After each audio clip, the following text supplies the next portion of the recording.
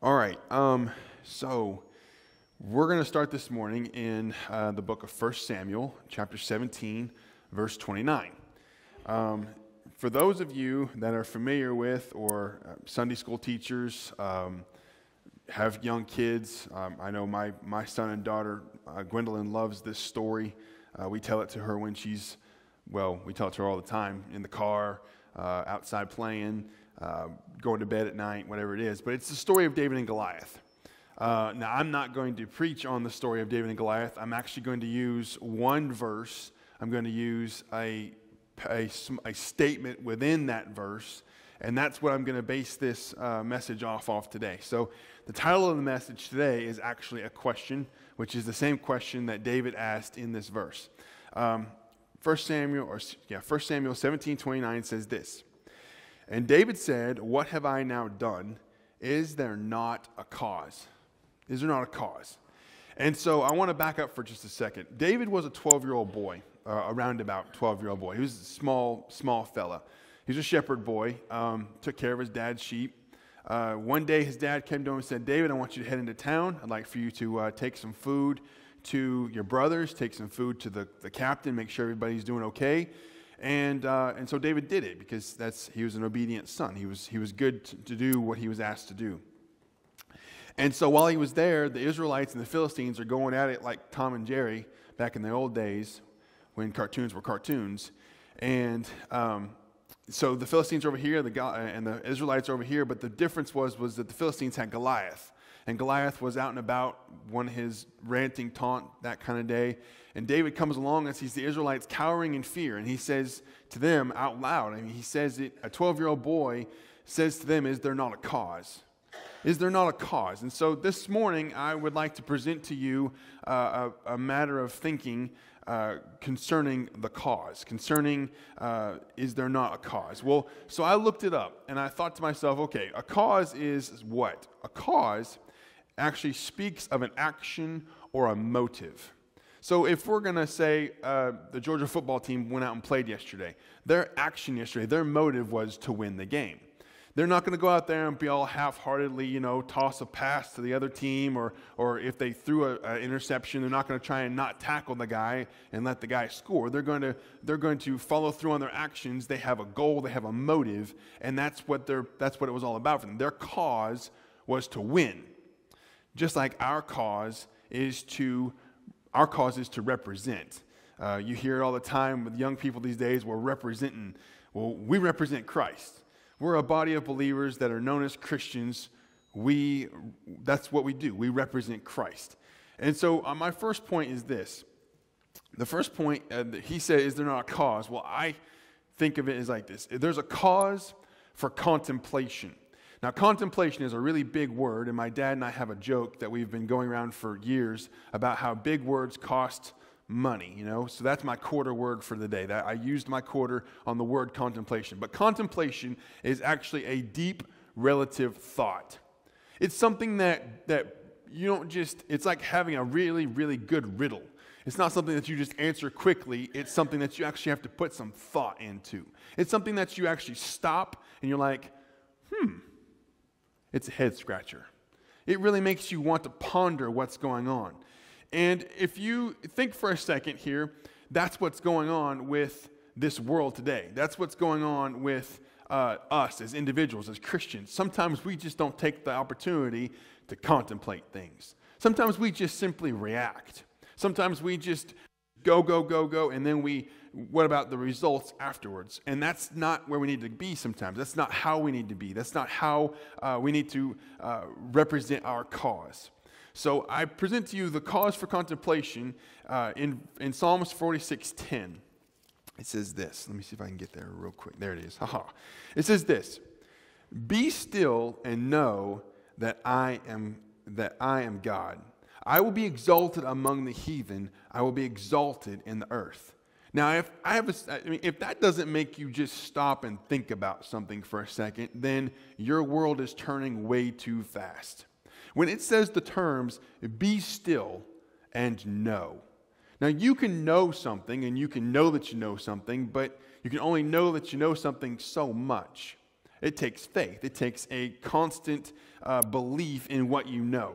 And honestly, sometimes we move so fast and our lives are turning so quickly. We got, activities and sports and kids are growing up. And my boy goes from, he's like a pinball of disaster.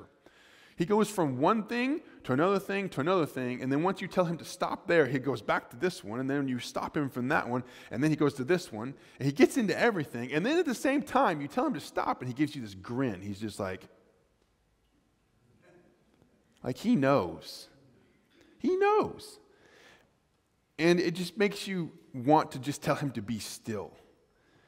Ladies and gentlemen, if we would just be still, and we would just know that our God has this in control. Our God has the problems, has the circumstances, has the issues, has us. You ever heard the song, He's Got the Whole World in His Hands?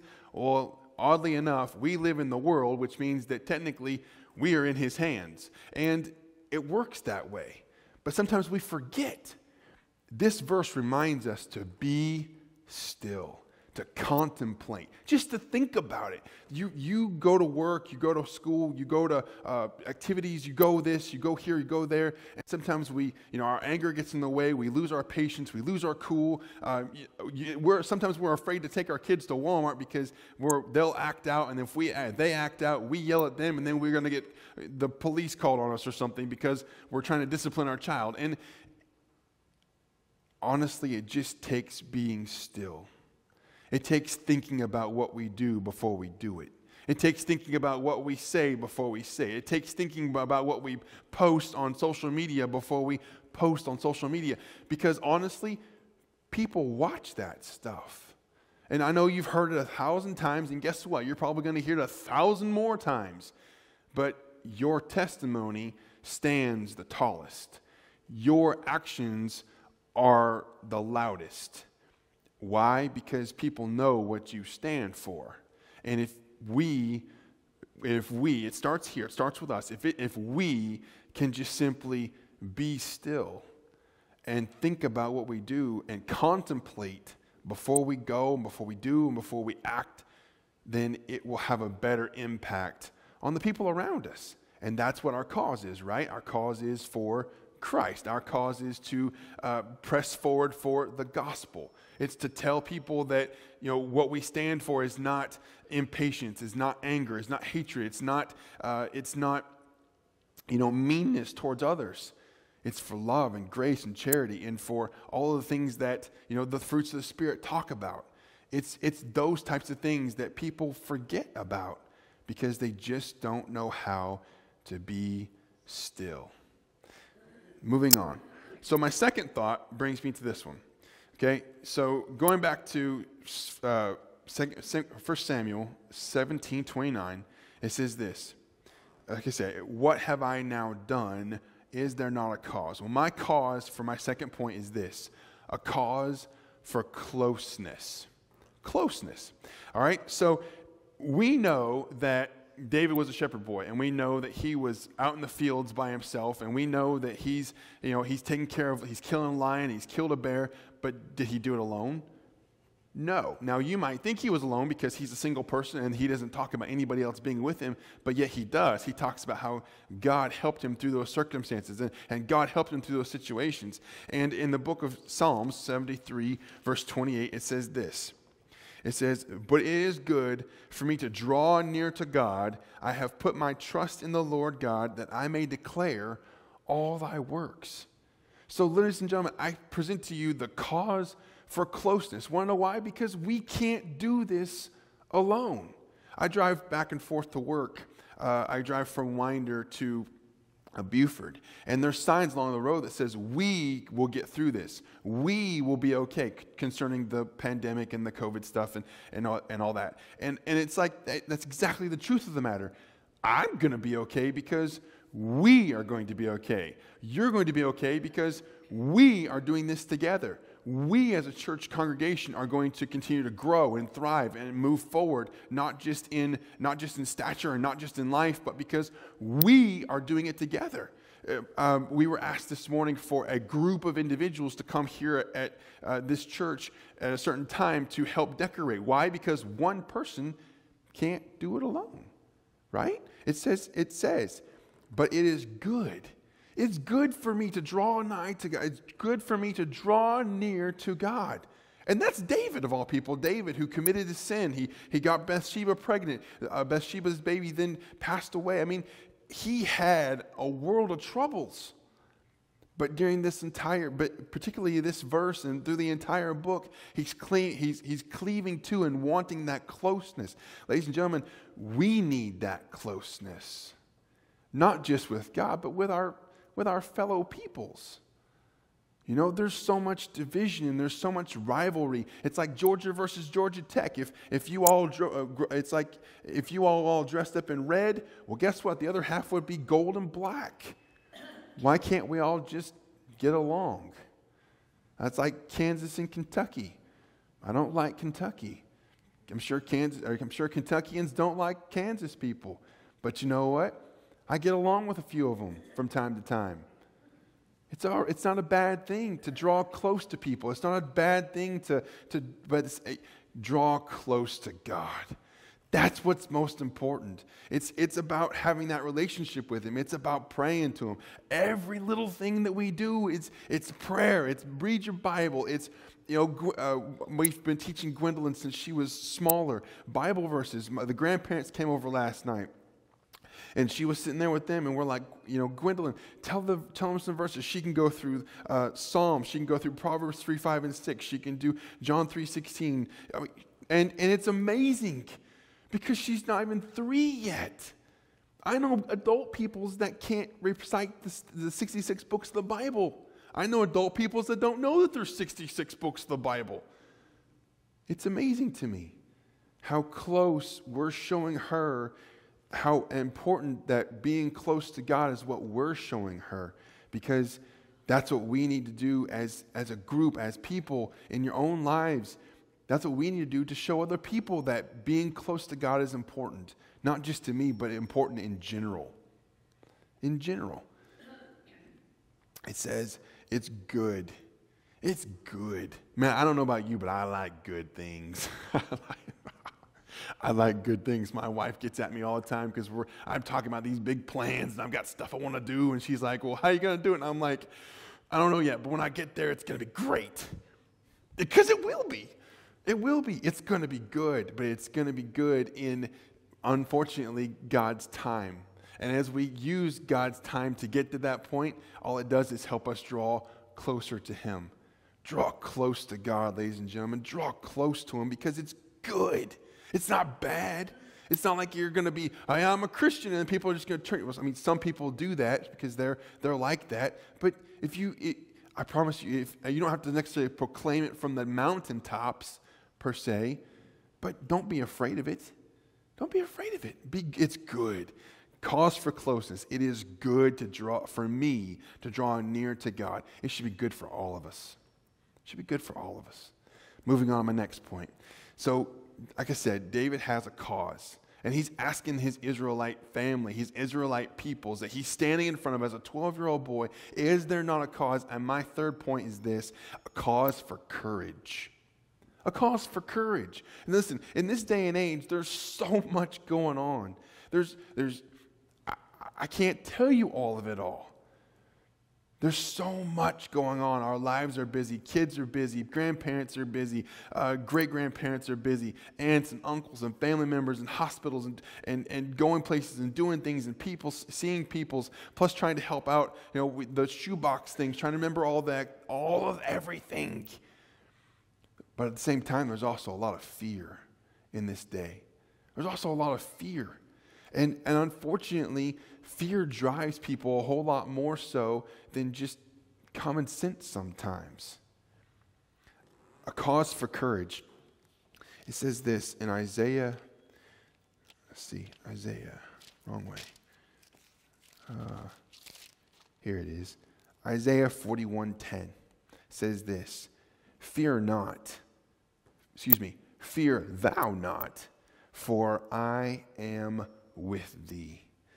For I am with thee. Be not dismayed, for I am thy God. I will strengthen thee, yea, I will help thee, yea, I will uphold thee with the right hand of my righteousness. Now I'm going to give you a little that makes me excited. Why? Because if you ever had a reason to be fearful, read that verse and know that, well, you don't have to be. Listen, we have to have some courage in this day and age. We need it now more than ever. We need to be close, have some courage to be close with with other people, not just your fellow neighbors and whatnot. Be courageous enough to have closeness with other people. Be courageous enough to think about what we're doing before you just react and go with the crowd. Be courageous. Why? Because God tells us that there's no reason to be afraid. There's no reason for it. I'm going to tell you something. If a 12-year-old boy, a guy about the size of Hayden back there, maybe a little taller, okay, a guy about the size of Hayden can run towards a giant, why can't we? We face giants every single day. We take them down whether we know how we did it or not. A cause for courage. You can't be afraid. Fear, it keeps people inside their homes instead of getting them out of their homes. It keeps people inside their homes instead of being at church. It keeps people away from other people. And you know what that does? It causes loneliness. It causes strife. It causes anxiety. It causes stress. It causes a lot of things that a lot of people are going through right now. And unfortunately, it's a barrier that then builds. And you can't break it down all that easy. We don't need to be afraid. A cause for courage. My last one is this, okay? Is there not a cause? A cause for counsel, okay? A cause for counsel. I don't know about you, but there are a lot of individuals in this room that are older than me. And I'm not picking on you because you're older than me. I might pick on you at some point in time because you have forgotten things that I might have told you about or just because it's in good fun. But knowing that there are people that are older than me, there are people in here that also know more than me, right? Would you agree? I mean, I'm in my 30s. I'd like to think I know a little about a lot, but that doesn't mean anything. I don't know enough. It says that there's knowledge in the multitude of saints. That just doesn't mean one person. It doesn't mean you can just rely on what you know or what one person told you. It's about going out and it's about learning and about getting an answer to your question from multiple people. I'm not just going to go to my dad or my father-in-law or my granddad. I'm going to go to more people than that. Why? I mean, that's 3 perspectives from 3 different points of life, sure. But at the same time, if I want knowledge, I'm going to go out and I'm going to find different perspectives and I'm going to use that to have it help me answer my question. Listen very carefully, ladies and gentlemen. There are people in this world that somehow, some way think that they're going to go to heaven.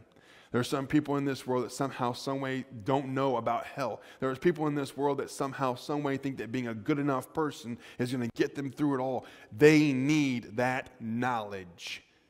And oddly enough, we would have that knowledge, and we know more about that knowledge. We have more the availability to that knowledge. We can show them where they can find that knowledge if we would point them in the right way.